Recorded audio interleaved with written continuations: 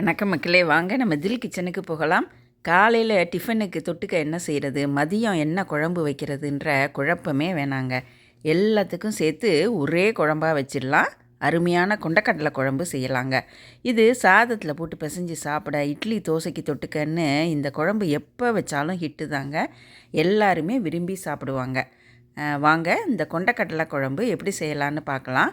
இந்த குழம்புக்கு தேவையான பொருட்கள் பார்க்கலாம். 3 டேபிள் ஸ்பூன் தேங்காய், 2 டீஸ்பூன் சோம்பு அல்லது ஜீரகம், நல்லா லெமன் சைஸ் புளியை 400 ml தண்ணியில் கரைச்சி வச்சுருக்கிறோம். 2 டீஸ்பூன் மல்லி, 2 டீஸ்பூன் கடலைப்பருப்பு, 4 சிவப்பு மிளகா, 100 கொண்டக்கடலையை 8 மணி நேரம் தண்ணியில் ஊற வச்சு வேக வச்சு எடுத்து வச்சுருக்கிறோம். கொஞ்சம் சின்ன வெங்காயம், பூண்டு, கொஞ்சம் கருவேப்பிலை எடுத்து வச்சுருக்கோங்க. இப்போ அடுப்பில் கடாய் போட்டு அது காஞ்ச உடனே நம்ம இது குழம்புக்கு ஒரு மசால் பவுடர் ரெடி பண்ணிக்கலாம். 2 டீஸ்பூன் மல்லி, 2 டீஸ்பூன் கடலைப்பருப்பு, 3 அல்லது 4 மிளகாய் சேர்த்து இதை மீடியம் ஹீட்டில் கொஞ்சம் வறுபட்டோன்னே 1/2 டீஸ்பூன் மிளகு, 1/4 டீஸ்பூன் வெந்தயம் சேர்த்து இதை அந்த மீடியம் ஹீட்லேயே நல்ல வாசனை வர வரைக்கும் இதை நல்லா வறுத்துக்கலாங்க. அது லேசாக கொஞ்சம் வறுபட்டோன்னே லேசாக பொரியும். நல்ல வாசனையும் வந்துருச்சு, அந்த நிறமும் நல்லா சவந்துருச்சு. இப்போ எடுத்து நாம் ஒரு பிளேட்டில் இதை கொட்டிக்கலாம். இப்போ நல்லா லேசாக வெடிக்குது பாருங்கள் எல்லாமே. இப்போ இதை எடுத்து நாம் ஒரு பிளேட்டில் கொட்டிக்கலாம். இது ஆறுனதுக்கப்புறம் நாம் பொடி பண்ணிக்கலாம். இப்போ அடுப்பில் அதே கடாயில் 2 டேபிள் ஸ்பூன் அளவு எண்ணெய் சேர்த்துக்கலாம். நல்லெண்ணெய் நல்லா வாசனையாக இருக்கும், அல்லது எனி குக்கிங் ஆயில் சேர்த்துக்கலாம். 1 டீஸ்பூன் கடுகு சேர்த்து அது நல்லா பொரியட்டும். பொரிஞ்சதுக்கப்புறம் நாம் 1/4 டீஸ்பூன் வெந்தயம் சேர்த்துக்கலாம். இந்த வெந்தயம் லேசாக செவந்த உடனே நாம் உரித்து வச்சுருக்கிற சின்ன வெங்காயம் அதில் சேர்த்துக்கலாம். ஒரு 20-25 சின்ன வெங்காயம், ஒரு 10 பல் பூண்டுக்கிட்ட நாம் உரித்து வச்சுருக்குறோம். இந்த சின்ன வெங்காயம் தான் இந்த குழம்புக்கு நல்லா வாசனையாக இருக்கும். இந்த ஒரு பெரட்டிட்டு இப்போ அந்த பூண்டையும் சேர்த்துக்கலாம். பூண்டும் வெங்காயமும் நல்லா வதங்கணும்.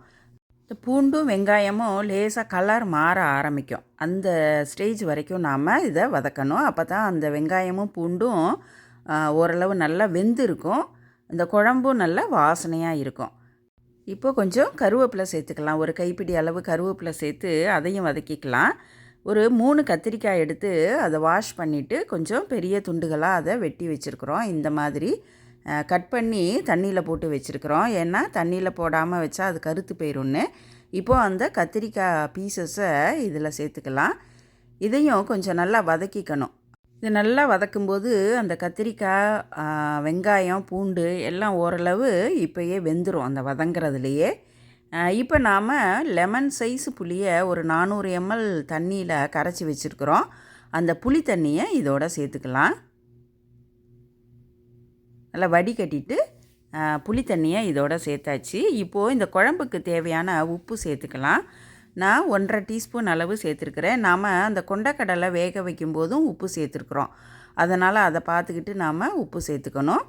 இப்போது குழம்பு பொடி அல்லது சாம்பார் பொடி அவங்கவுங்க காரத்துக்கு ஏற்ற மாதிரி சேர்த்துக்கலாம். நான் எல்லாத்துக்கும் ஒரே பொடி தான் வச்சுருக்கிறேன். அது நல்லா 2 டீஸ்பூன் நல்லா கோபுரமாக அளந்து சேர்த்தாச்சு. பெருங்காயம் 1/4 டீஸ்பூன் அளவு சேர்த்துருக்குறோம்.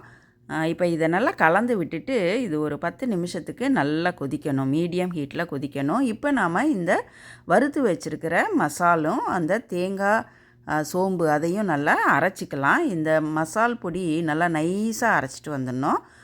இதை நல்லா நைஸாக அரைச்சிட்டோம். இதை ஒரு பிளேட்டில் மாற்றிக்கிட்டு அந்த தேங்காயும் சோம்பு அதில் கொஞ்சமாக தண்ணி சேர்த்து நைஸாக அரைச்சிட்டு வந்துடலாம். நல்லா மையாக அரைச்சிடணும். இந்த சோம்பு பிடிக்காதவங்க ஜீரகம் சேர்த்துக்கலாம். இப்போ இதை நல்லா அரைச்சிட்டு வந்தாச்சு.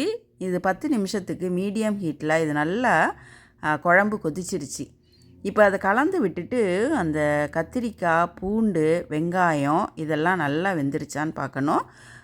ஏன்னா நம்ம சேர்த்ததுக்கப்புறம் ஒரு கொதித்து இறக்கிடுவோம். அதனால் அந்த கத்திரிக்காய், பூண்டு, வெங்காயம் எல்லாமே நல்லா வெந்துருச்சான்னு அதை செக் பண்ணிவிட்டு நாம் இப்போ அரைச்சி வச்சுருக்கிற மசால் பொடியும் தேங்காயும் சேர்த்துக்க வேண்டியது தான். இப்போது இந்த கொண்டக்கடலை 100 கொண்டக்கடலை 8 மணி நேரம் ஊற வச்சு அதை நல்லா சாஃப்டாக உப்பு சேர்த்து வேக வச்சு எடுத்துருக்குறோம் குக்கரில். அந்த கொண்டக்கடலையை இதோட சேர்த்துடலாம். குக்கரில் ஒரு விசில் வந்ததுக்கப்புறம் சிம்மில் 10 நிமிஷம் வச்சிட்டோன்னா அது நல்லா சாஃப்டாக வெந்துடும்.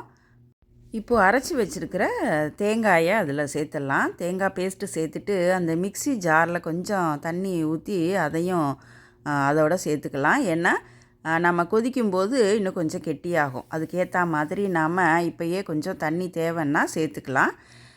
இந்த மசால் பொடி நாம் அரைச்சி வச்சது நான் 2½ டீஸ்பூன் சேர்த்துக்கிறேன். நீங்கள் அது அப்படியே ஃபுல்லாக தேவைன்னாலும் அந்த கன்சிஸ்டன்சி பார்த்துக்கிட்டு சேர்த்துக்கலாம். இப்போ இதை நல்லா கலந்து விட்டுட்டு தேவைன்னா கொஞ்சம் தண்ணி சேர்த்துக்கலாம். நமக்கு சாதத்துக்குன்னா கொஞ்சம் கெட்டியாக இருக்கணும், இல்லை இட்லி தோசைக்கு இது தொட்டுக்கிறோன்னா கொஞ்சம் தண்ணியாக இருக்கலாம். அதுக்கேற்ற மாதிரி நாம் இப்போ தேவைன்னா கொஞ்சம் தண்ணி சேர்த்துட்டு ஒரு சின்ன வெள்ளைக்கட்டியும் சேர்த்து நல்லா கலந்து விட்டுடலாம். இப்போ நாம் எல்லாம் சேர்த்தாச்சு. உப்பு போதுமான்னு பார்த்துட்டு நம்ம செக் பண்ணிவிட்டு தேவைன்னா கொஞ்சம் சேர்த்துக்கலாம்.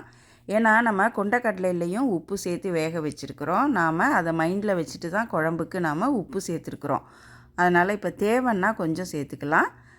இப்போ 4-5 கருவேப்பிலை சேர்த்துட்டு இதை நல்லா கலந்து விட்டுடலாம். இதை மீடியம் ஹீட்டில் ஒரு 5 நிமிஷம் கொதிக்கட்டும்.